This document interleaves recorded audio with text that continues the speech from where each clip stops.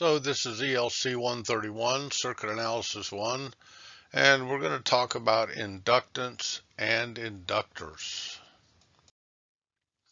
Now, inductance, symbolized with the letter L, is measured in henries. The unit symbol is the letter H.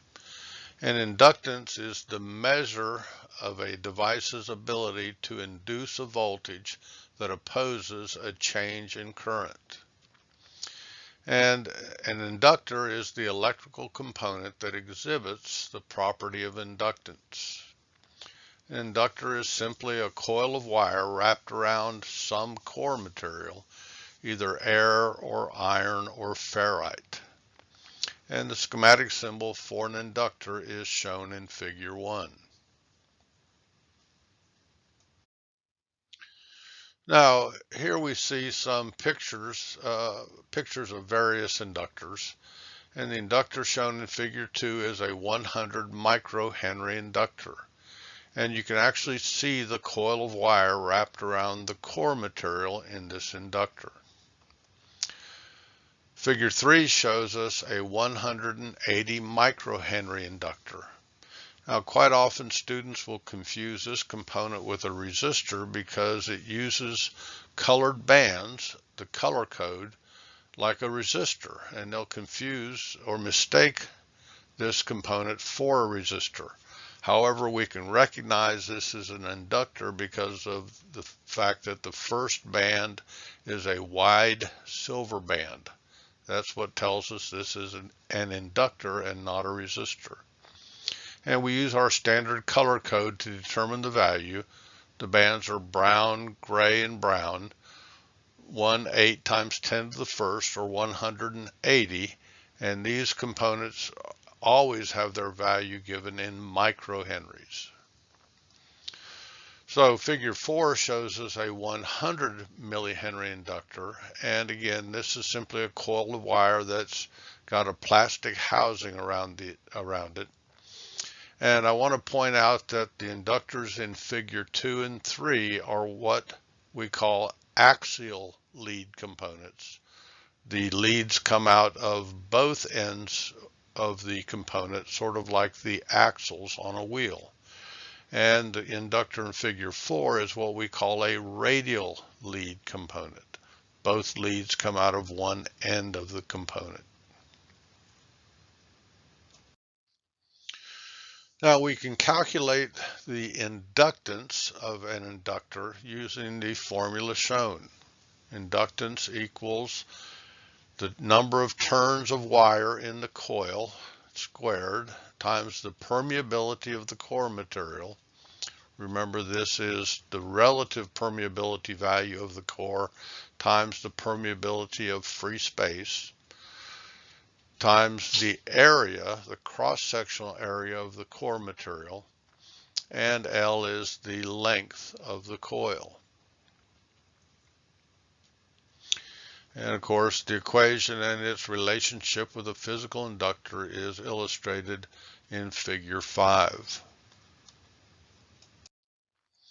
So let's look at an example. We're going to calculate the inductance of a component that has the following values: 500 turns of wire around a cylindrical core that has a relative permeability of 200. The core has a diameter of 6 millimeters and the coil has a length of 2 centimeters. So we see our equation for inductance. We substitute in our known values. Again, the permeability of the core material is the permeability of free space, 4 pi times 10 to the negative 7th Webers per meter, times the relative permeability value of 200.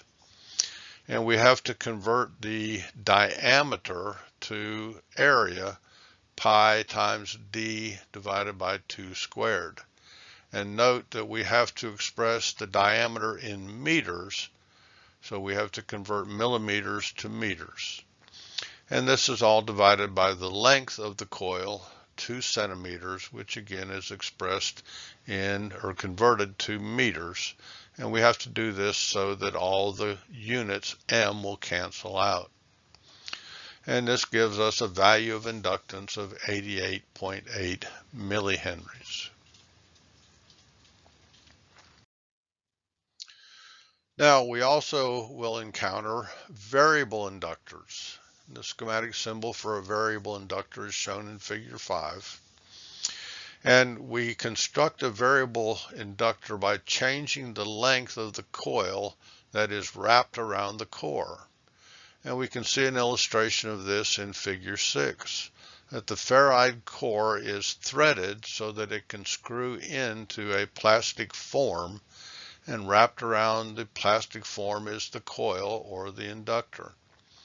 And as we screw this ferrite core into or out of this core, we change the relationship of the coil and the core material, thereby changing the value of inductance. And in figure 7, we see a picture of a variable inductor that's in the lab. This variable inductor has a range of inductance values from 60 microhenries to 120 microhenries. And this type of variable inductor is commonly used in radio receivers and radio transmitters. Now, we need to discuss or define the difference between an ideal inductor and a real inductor. Now, in an ideal inductor, what we've talked about up to this point only exhibits the property of inductance. However, understand that an inductor is constructed by taking a length of wire, sometimes a great length of wire, and wrapping it into a coil. And as we've discussed previously, wire does have resistance. So when we talk about a real inductor or perform circuit calculations with a real inductor, we have to take into account both its value of inductance and its value of wire resistance. Now, this value of wire resistance can be a few ohms or it can be hundreds of ohms, depending, of course, upon the length of wire used to form the coil.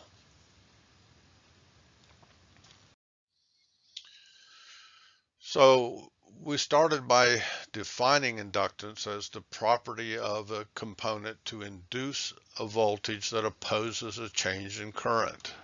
Now, how does that happen? Well, let's review. Figure 9 illustrates this concept of electromagnetic induction, which states that anytime there's relative motion between flux and a conductor, a voltage is induced in that conductor. And the polarity of that induced voltage is determined by the direction of flux and the direction of motion. Now, looking at figure 10, anytime we have current flow through a coil, we generate or create a magnetic field. Now, when the switch in figure 10 is closed, a magnetic field is created that starts at the very center of the coil or the core material and expands outward. And as this magnetic field expands, we have relative motion between flux and a conductor. And it's the expansion of this magnetic field that induces a voltage that opposes the change in current. Now, if we open the switch in figure 10, the magnetic field will collapse. And again, we have relative motion between flux and a conductor.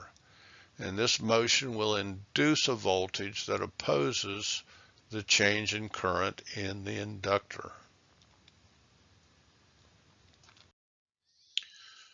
So the equation given allows us to calculate the magnitude of the induced voltage as a function of the value of the inductor and the rate of change of current through the inductor. This lowercase d symbolizes a change in the quantity. So di dt is the change in current over the change in time, which is the rate of change of current. So this equation tells us that the faster the current changes, the greater the induced voltage.